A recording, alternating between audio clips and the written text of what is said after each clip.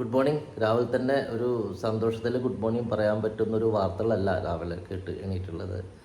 അപ്പോൾ നമ്മുടെ ജമ്മു കാശ്മീരിൽ വീണ്ടും ഭീകരാക്രമണം ഉണ്ടായിരിക്കുകയാണ്.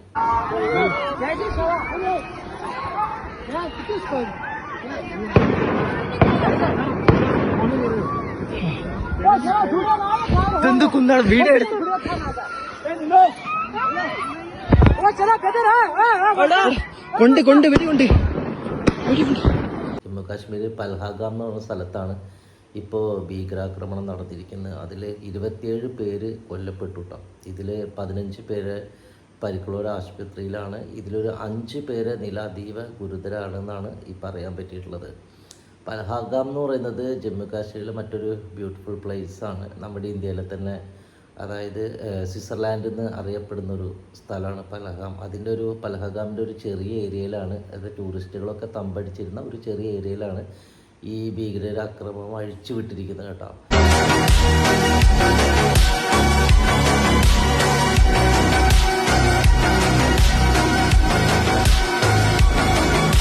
ഇപ്പോൾ അവിടെ തന്നെ ടൂറിസമൊക്കെ ഒന്ന് വളർന്ന് നല്ല രീതിയിൽ ജമ്മു കാശ്മീരൊക്കെ ഒന്ന് പച്ച പിടിച്ച് വരുന്ന സമയമായിരുന്നു. അവിടുത്തെ ആളുകളായാലും ടൂറിസ്റ്റുകളായാലും അവിടേക്ക് വളരെയേറെ ആകർഷിക്കപ്പെട്ടൊരു സ്ഥലങ്ങളായിരുന്നു. അവിടെ തന്നെ വിദേശികളൊക്കെ മരണപ്പെട്ടിട്ടുണ്ട് കേട്ടോ. ഇതൊക്കെ ഒരു എന്താ പറയുക, വല്ലാത്തൊരു അവസ്ഥയാണ്. നമ്മൾ ചില അവിടുത്തെ വീഡിയോകളൊക്കെ കാണുമ്പോൾ വളരെ സങ്കടം തോന്നും.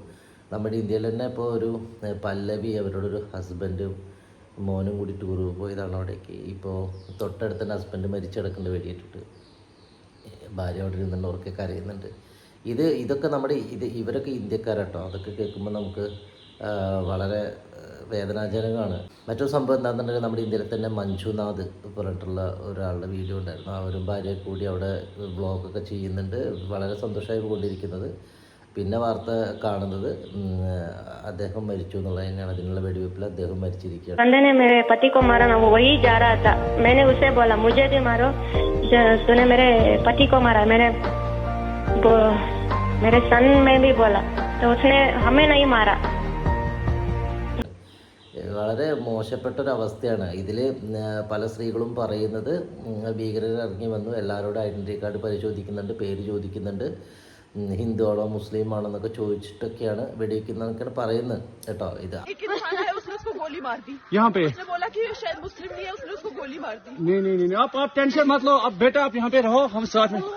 ഇത് നമുക്കിപ്പോൾ അങ്ങനത്തെ ജാതി മത വിഷയങ്ങളിലൊന്നും അല്ല അത് സംസാരിക്കുന്നത് കേട്ടോ. അവർ ചെയ്തൊരു കാര്യം അവിടെ നിന്ന് അറിയാൻ പറ്റുന്ന ന്യൂസ് നിങ്ങളിലേക്ക് തന്നു മാത്രമേ ഉള്ളൂ. അല്ലാതെ ഇതിൽ ഹിന്ദു മുസ്ലിം അങ്ങനത്തെ വേരിയേഷൻ ഒന്നും ഇവിടെ ഇല്ല. അവിടെ അതൊന്നും ഇല്ലാതെ അവിടെ നല്ലൊരു രീതിയിലേക്ക് കൊണ്ടുവരാനാണ് ഇപ്പോൾ ജമ്മു കാശ്മീർ ശ്രമിച്ചു കൊണ്ടിരിക്കുന്നത്. അതിൽ നല്ലൊരു മാറ്റം വരുത്താൻ കഴിഞ്ഞിട്ടുണ്ട്. പക്ഷേ ഇതിനിടയ്ക്കുള്ള ഇങ്ങനൊരു ആക്രമണം വളരെ വേദനാജനകമായിപ്പോയി. ഇതൊന്നും ഒരിക്കലും അംഗീകരിക്കാൻ കഴിയുന്നതല്ല.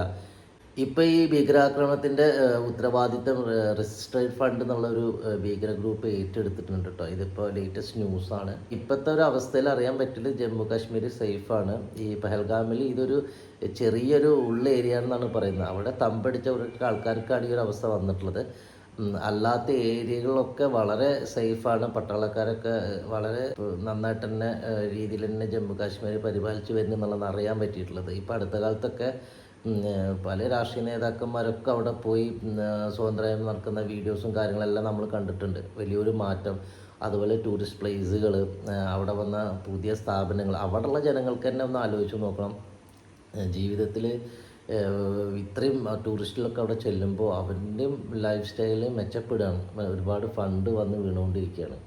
അപ്പോൾ അവർക്കും അതിലൊരു അപ്പോൾ അതുകൊണ്ട് തന്നെ അവിടെയുള്ള ആളുകളും ഇന്നത്തെ ഇത് കഴിഞ്ഞ് നന്നായിട്ട് തന്നെ പ്രതികരിച്ചിട്ടുണ്ട്. ലൈറ്റൊക്കെ കത്തിച്ച് വളരെ പ്രതികരിച്ച് ഭീകരർക്കെതിരെ വളരെ നല്ല ഒരു കാൽനട യാത്രയും കാര്യങ്ങളൊക്കെ അവിടെ നടത്തുന്നത് കണ്ടു. आज पहलगाम में टेरर अटैक हुआ है.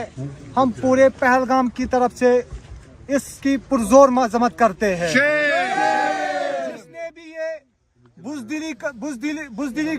बुजदिलाना हमला किया है, हम पहलगाम के बाशिंदे, पहले हम हिंदुस्तान के बाशिंदे हैं, उसके बाद हम कश्मीरी है.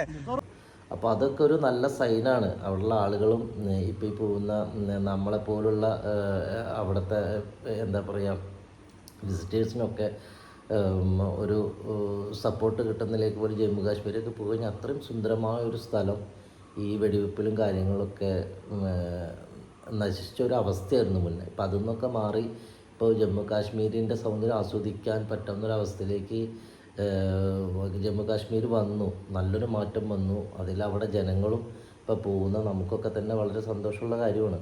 അതിനിടയ്ക്കാണ് ഇപ്പോൾ കുറേ കാലത്തിന് ശേഷം എല്ലാം ഒതുങ്ങി നമുക്കിവിടെ നല്ലൊരു സിറ്റുവേഷൻ വന്നു എന്ന് ചിന്തിച്ച് മുന്നോട്ട് പോയിക്കൊണ്ടിരിക്കുമ്പോഴാണ് വീണ്ടും ഇങ്ങനൊരു ആക്രമണം അഴിച്ചു വിട്ടിട്ടുള്ളത്. എന്തായാലും വളരെ വിഷമമുള്ള കാര്യമാണ്. എന്തായാലും എല്ലാ സ്ഥിതിഗതികളും മാറി വീണ്ടും ജമ്മു കാശ്മീർ അതിൻ്റേതായ ആ ഒരു സൗന്ദര്യത്തിലേക്ക് തിരിച്ചു വരട്ടെ എന്ന് പ്രാർത്ഥിക്കാം. എന്നാലും ഇപ്പോഴത്തെ അവസ്ഥയിൽ ജീവൻ നഷ്ടപ്പെട്ടവരും പിന്നെ കൂടുള്ള ആൾക്കാരുടെയും ദുഃഖത്തിൽ നമ്മൾ പങ്കുചേരാന്നല്ലാതെ നമുക്ക് വേറെ നിവൃത്തിയില്ല. അവർക്കൊക്കെ വേണ്ടി അവരുടെ നല്ല ആയുസ്സിന് വേണ്ടിയിട്ടും ആത്മാവിന് ശാന്തി കിട്ടാനും നമുക്ക് പ്രാർത്ഥിക്കാം. അത്രയേ നമുക്കിപ്പോൾ പറ്റുള്ളൂ.